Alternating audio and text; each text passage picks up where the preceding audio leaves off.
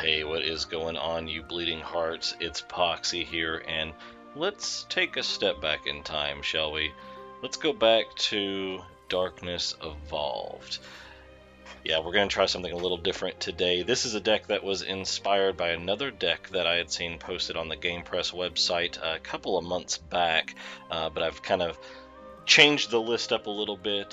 They were originally running like Bloody Knuckle, or Big Knuckle, Bloody Knuckle, Big Knuckle Bodyguard, which has sadly been nerfed. Well, I say sadly because I'm a Blood player, but he did kind of need it. He was a little stout. But instead, we're going to run a couple of replacements here, and this is kind of a little bit of my personal incarnation of that deck that was inspiring to me.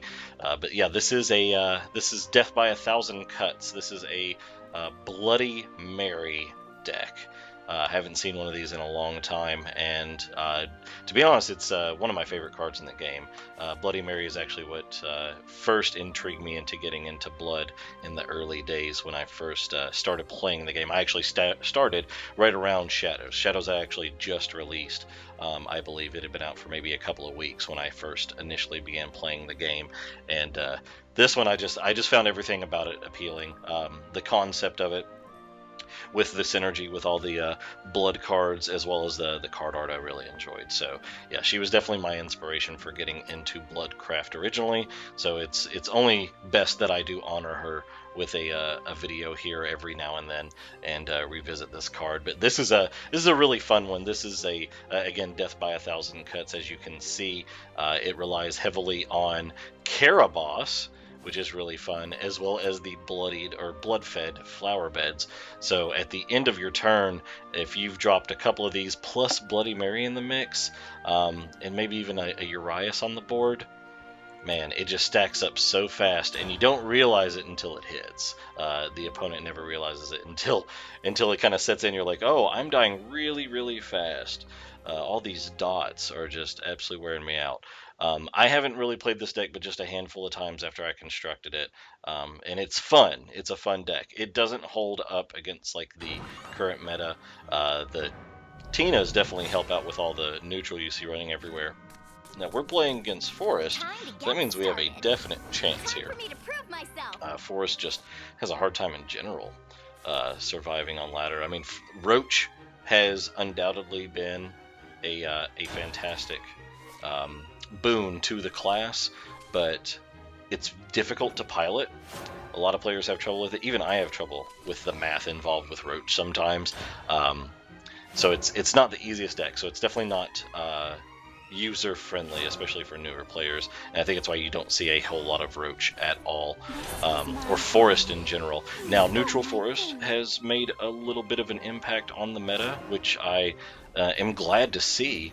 As tired as I am seeing, first turn Goblin, second turn Arya over and over again, it's still at least nice to see that neutral did provide something to the Forest class, because they needed something. You barely ever see this class, at least from where I'm at. I'm no master yet. I'm working on it, but I'm not there yet. See, like, that's unfortunate. She's just wanting to prevent this damage because she's not sure what I'm playing, so she dropped this poor ancient elf without any kind of buffs whatsoever, just to kind of help her along. And sadly, I'm just going to have to Razor Claw this, and just continue to push the face damage. This game may not showcase what the deck is capable of, unfortunately.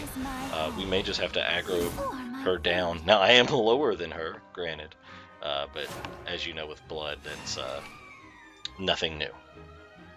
Now, she does have an advantage going second. Okay, that's interesting. There's the Elf Twins Assault. Just 6 to everything. I love it. But the Vate's still here, so that's good. Let's see what we get off the bat here. If we can go into Caraboss, I think this is pretty much it. Let's just do him again. Okay. Well, I mean, it gives us good setup, and we got a nice full board. And we are ahead on the curve here. She's gonna have to do quite. There's Will of the Forest. Wow. Okay. Hardly ever see that card anymore. Does she clear? Yeah, she clears. Good for her.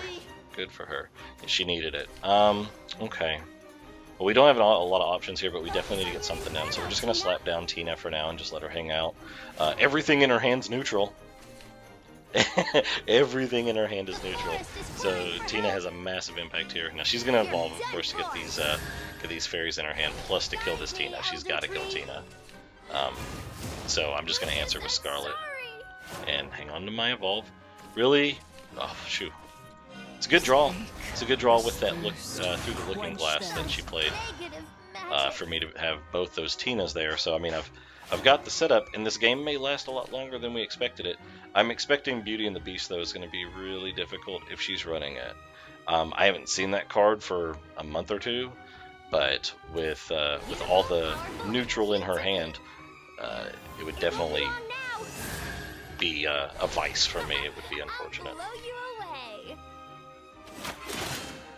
But I think, to be honest with you, I don't think this is like a neutral forest craft. I think it's just most forest crafts run through the looking glass for... Oh, there's the roach.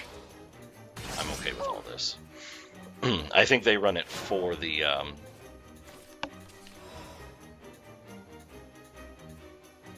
Twins Assault. Sorry about that. Okay, so yeah, do we want to hoard here? I think it's best to hang on to the Hungering Horde for when I have to deal with a board entirely full of fairies. I hate to blow the evolve here, but we're going to go ahead and kill the roach, because that's probably in our best interest. And make sure the board's clear. Because again, this is a very... It's aggressive, but it's also a control deck. You want to make sure that you keep the board under control so you can try to get to the combo, so you can dig deep enough. We are going into turn 9. Still haven't seen Caraboss or Bloody Mary yet. So we definitely... Caraboss would be phenomenal. That's really what we want here.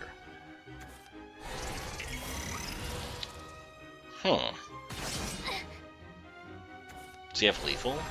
He might. Here I am talking about how difficult this deck is to pilot, and yeah, easy for him. Yeah, that's all you need, just to keep bouncing the same card over and over again. Well played, Forest player. You bested me, and it was a good game. Never got to any of my fun stuff, sadly. So let's try her again. Let's give it another shot. Because I definitely want to show off what the deck does, and I know that's what the viewers want to see. And you know, these recordings, we're not going to skip time or anything. We're just going to keep going back to back and see what happens. But we definitely want to get off some kind of combo. If we can see the Bloody Mary hit the board with like just a blood fed. Oh my gosh, it's so hard to say. Blood fed flower bed. I feel like I'm a rap god now all of a sudden. Time to get started. It's so difficult to say. Alright, so there's Caraboss. You're a game late, sweetheart. Oh, we're not gonna need this against Dragon. I'm just gonna get rid of everything. Just get it out of here. Okay, so that's good. That's a good hand. Let's see what Baphomet fetches. Okay. I'm going second. That's actually good for me, because this is a combo. It's control, it's aggressive, and it's combo. It's a little bit of everything. It's best to stay aggressive in the early. You don't want to just drop everything, though. It's okay to hold on to some stuff. Like, it's okay to hold on to a Wraith here if you're waiting for that Mary, if the game's dug deep enough in. Alright, so we're playing against Ramp, obviously. We're going to go ahead and drop the Urias. That way, if he drops the, I believe it's Ayala, the next turn, that's going to give us a little bit of advantage here. He might just plop down a Rahab. He might just be terrified. People are so scared of Urias, and it's really not a whole lot of damage. I mean, I know it can add up, don't get me wrong, but people just immediately focus him down. He is always a priority. It's wild to me. Okay, so he just does not have a lot in his hand, obviously. Okay. We are going to evolve this turn, and let's just push some face damage. We're going to evolve the Imp here because she has a big butt. 6 is fantastic. It's going to keep her alive. Now, if he salamanders next turn, then my board's gone. But that's okay, because we still have the Baphomet. Come on, guys, get in there. This Wraith does not want to fight. You will do my bidding, sir. Yeah, it looks like we might just aggro this guy down. If he has a salamander, it's going to put him back in the game, but I still have a little bit of tempo. He's just gonna dip. Wow. Okay, well, we didn't get to see the combo, and sadly, that's going to be it for me today. I will revisit this deck. That's not a problem. We can revisit anything. They don't always have to be the same, or different, rather. They don't always have to be something new. So we will revisit this deck, because this deck's a lot of fun, and obviously it works on ladder. I don't highly recommend it, but it is a very fun deck to play, and we will try it again in the next video. It'll be Episode 4, Part 2, also known as Episode 5. But yeah, we'll give it a shot. Anyways, thank you so much for watching the video. Please feel free to leave me some comments. Let me know what you think. Again, I'm still seeking any kind of constructive criticism you guys have. I appreciate your time, and as always, we'll see you again later. Bye.